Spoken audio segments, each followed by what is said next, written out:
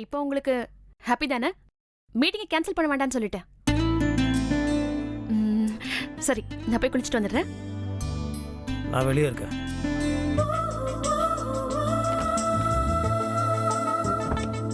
S.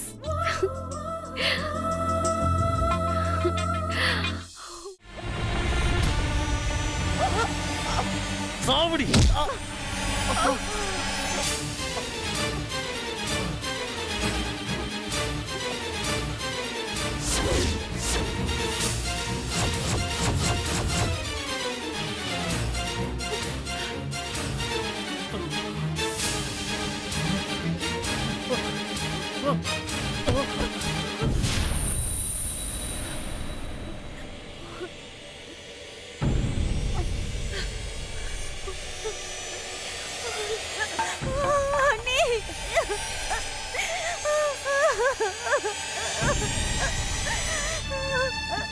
Oviya, அழாத ஓவியா.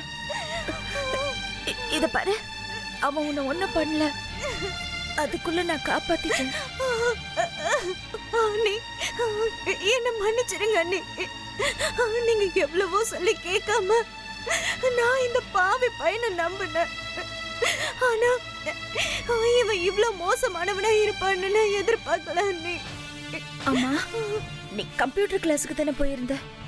இவன் எப்படி உன்னை இங்க கொண்டு வந்தா? தெரியல அண்ணி.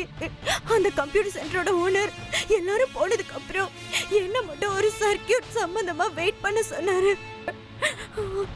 அவர் எனக்கு ஒரு ஜூஸ் கொடுத்தாரு. அதை நான் குடிச்சேன். அது வரைக்கும் தான் எனக்கு ஞாபகம் இருக்கு. அதுக்கப்புறம் நான் எப்படி இவங்கிட்ட மாட்டினேன், எப்படி நான் இங்க வந்தேன்னு எனக்கு தெரியல அண்ணி.